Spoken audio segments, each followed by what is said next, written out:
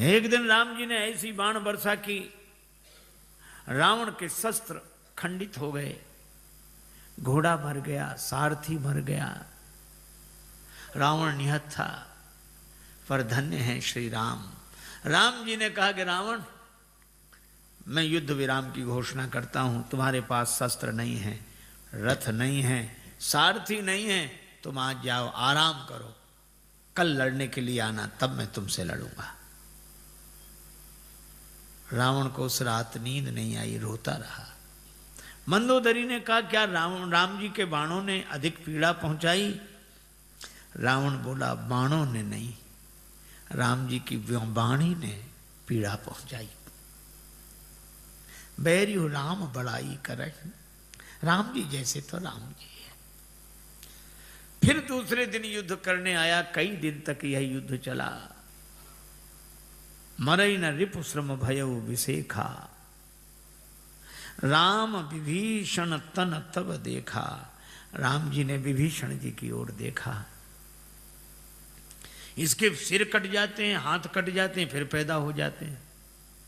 अच्छा, वैसे देखो, संतों की वाणी से, उपदेशक की वाणी से हम लोगों को भी हाथ सिर कटते हैं।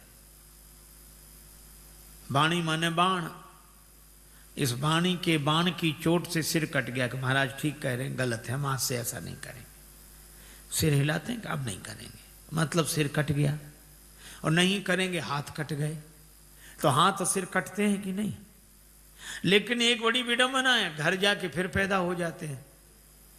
वहां कहा था, अब कहाँ, अब यहां तो ठीक है, फिर कटते हैं, फिर पैदा हो जाते हैं, यही होता है। विभीषण जी ने कहा, इसकी नाभि कुंड में अमृत है, इसकी नाभि कुंड में अमृत है। इसका अर्थ है कि जब तक बुराई के प्रति भीतर रस बना रहेगा, तब तक बुराई को मिटाना मुश्किल है। भगवान ने 31 बाण चलाए, सायक एक नाभिस्वर सोखा, और बाकी 30 बाण क्रमशः 10 सिर और 20 भुजाओं में लगे। रावण तब मरा। लेकिन एक बात है, रावण ने जिंदगी भर राम नहीं कहा, मौके भी आए तो भी नहीं कहा। तो प्रभु नारी विरह बलहीना, अंगद जी से कहता, तुम्हारे स्वामी का क्या हाल है, उनके छोटे भाई का क्या हाल है। मौका भी लगे तो राम जी का नाम न ले। लघु तापस कर बाग बिलासा, तपस्वियों का क्या हाल है, मिली तपस्विन तय भय सी लबाला, राम जी का नाम नहीं लिया। शंकर जी भी सोचते कि अच्छे को दीक्षा दी है, ये मंत्र ही भूल गया हो, जैसे नाम ही नहीं लेता। लेकिन रावण ने मरते समय नाम लिया। गर्ज उमरत घोर रव भारी, कहाँ राम रन तो पचारी।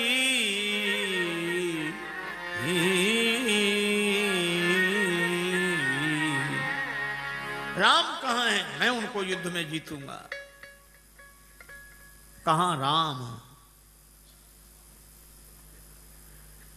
शंकर जी प्रसन्न हुए कि चलो चेला ने दीक्षा सफल कर दी, आखिरी में नाम तो ले लिया। रावण से किसी ने कहा कि तुमने जिंदगी में नाम क्यों नहीं लिया? रावण बोला, आदत से मजबूर था, बुरे काम छूटते नहीं थे, तो मैंने कहा कि राम जी का नाम लेकर तो बुरे काम न करूं। लेकिन अब बुरे काम करने की कोई बात नहीं रह गई, अब राम जी का नाम लेकर पार हो जाऊंगा। और रावण की सदगति हुई। कई बार लोग क्या कहते हैं, इनके यहां ऐसा ही है सब। कैसा? अरे ये कहते हैं कि जिंदगी भर चाहे जो करो, अंत में राम कह लो, उसमें ही कल्याण हो जाता है। बोले ये तो बेकार की बातें हैं, मन को लुभाने की बातें हैं, इसमें कोई सार नहीं।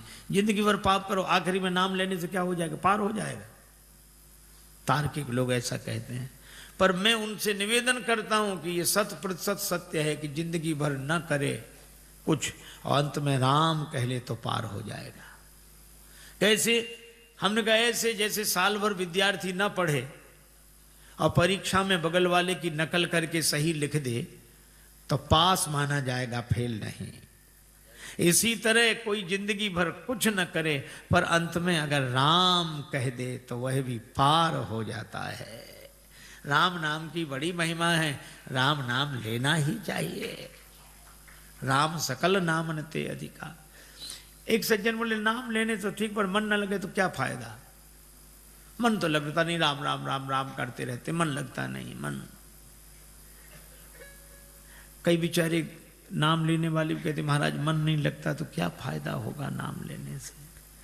हमने कहा कि तुम रेलगाड़ी से पोरबंदर से अहमदाबाद जा रहे हो, हाँ?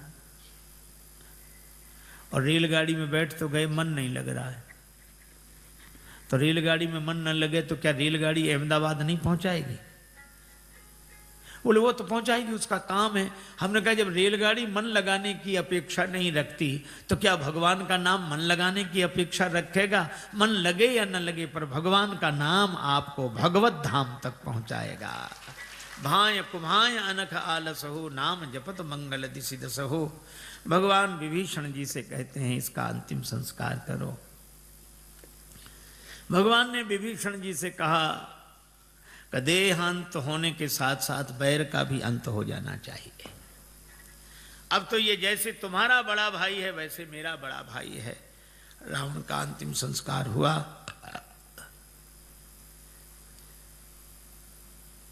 मंदोदरी प्रभु के पास आई, डोली में बैठकर सोच रही है कि मैंने कितना समझाया, नहीं माना रावण।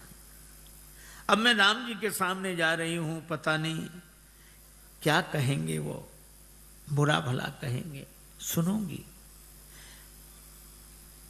राम जी विभीषण जी से पूछते डोली किसकी आ रही है? कि लगता है कि राज रानी मंदोदरी आ रही।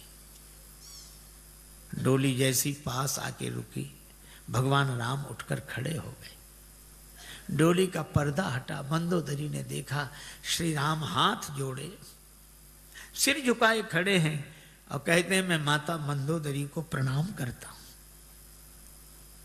मैं माता मंदोदरी को प्रणाम करता हूं।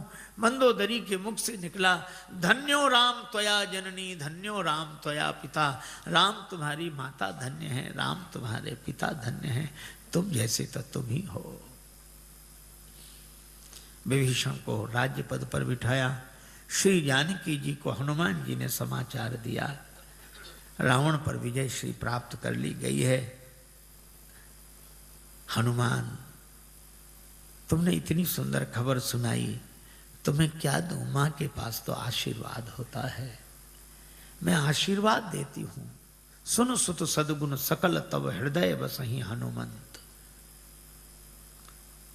सानुकूल कौशलपति रहाई समेत अनंत, आशीर्वाद दिया। हनुमान जी आनंदित होते हुए आए और जानकी माता के आशीर्वाद के कारण ही सकल गुण निधानम श्री बजरंगबली है। भगवान को समाचार मिला, श्री सीता जी को बुलाया गया। अग्नि परीक्षा के माध्यम से अग्नि से श्री जानकी जी को प्रकट किया गया। विभीषण जी से भगवान ने कहा इन बंदरों को संतुष्ट करने के लिए इन पर विमान में चढ़कर वस्त्र बरसाओ। वस्त्र आभूषणों की वर्षा की। पहरी पहरी रघुपति वहां आए। बंदरों ने पहली बार कपड़े पहने थे। सिर का कपड़ा पाँव में, पाँव का कपड़ा हाथ में, हाथ का कपड़ा गले में। और भगवान ने जो देखा तो मुस्कुराए। कृपा सिंधु सोई कपिन सन करत अनेक विनोद। देवराज इंद्र ने अमृत वर्षा करके वानरों को जिलाया। राक्षस तो रामाकार भये तिनके मन, मुक्त भये छूटे भव बंधन। भगवान ने सबको विदा किया, बंदरों को। विभीषण जी ने कहा कुछ दिन रुक जाओ, अब जनगृह पुनीत प्रभु कीजिए। भगवान के नेत्र सजल हो गए। भरत दशा सुमिरत मोहि निमिष कल्प समझात। मैं भरत का दर्शन कर लूं। तैयारी हुई। विमान में भगवान श्री सीताराम जी विराजमान हुए, सभी वानर वीर विराजमान हुए। आहा, सिंहासन अति उच्च मनोहर, सिंहासन अति उच्च मनोहर, श्री समेत प्रभु बैठे तापर, श्री समेत प्रभु बैठे तापर, चलत विमान कुलाहल होई, चलत विमान कोलाहल होई, जय रघुवीर कहे सब कोई, जय रघुवीर कहे सब कोई, जय रघुवीर कहे सब कोई, जय रघुवीर कहे सब कोई, जय रघुवीर कहे सब कोई, जय रघुवीर कहे सब कोई, जय रघुवीर कहे सब कोई। विमान में बैठकर भगवान आए, पार किया समुद्र को। भगवान मार्ग में कहते आ रहे हैं, लक्ष्मण यहाँ हत्यो इंद्र जीता, हनुमान अंगद के मारे रणमह परे निशाचर भारे। श्री जानकी जी ने कहा कि प्रभु आपने वो तो दिखाया कि हनुमान जी ने राक्षसों को मारा, अंगद जी और हनुमान जी ने, लक्ष्मण जी ने मेघनाद को मारा, लेकिन आपने क्या किया? अब ये तो श्री सीता जी भी जानती हैं कि राम जी ने क्या किया, पर वे राम जी के मुख से सुनना चाहते। आपने, राम जी बिल्कुल मौन, हमने किया है बताएंगे। तो कब बताएंगे? बताओ ना। इतनी बातें करते समुद्र के इस पार आ गया विमान। भगवान ने कहा हमने यही किया, यहां सेतु बांधे और थाप्यो स्यो सुखधाम, सीता सहित कृपा निधि शंभु कीन्ह प्रणाम। हमने तो शंकर जी को बिठा दिया, उस पार जो भी हुआ है वो इस पार बैठे हुए महादेव की कृपा का ही चमत्कार है।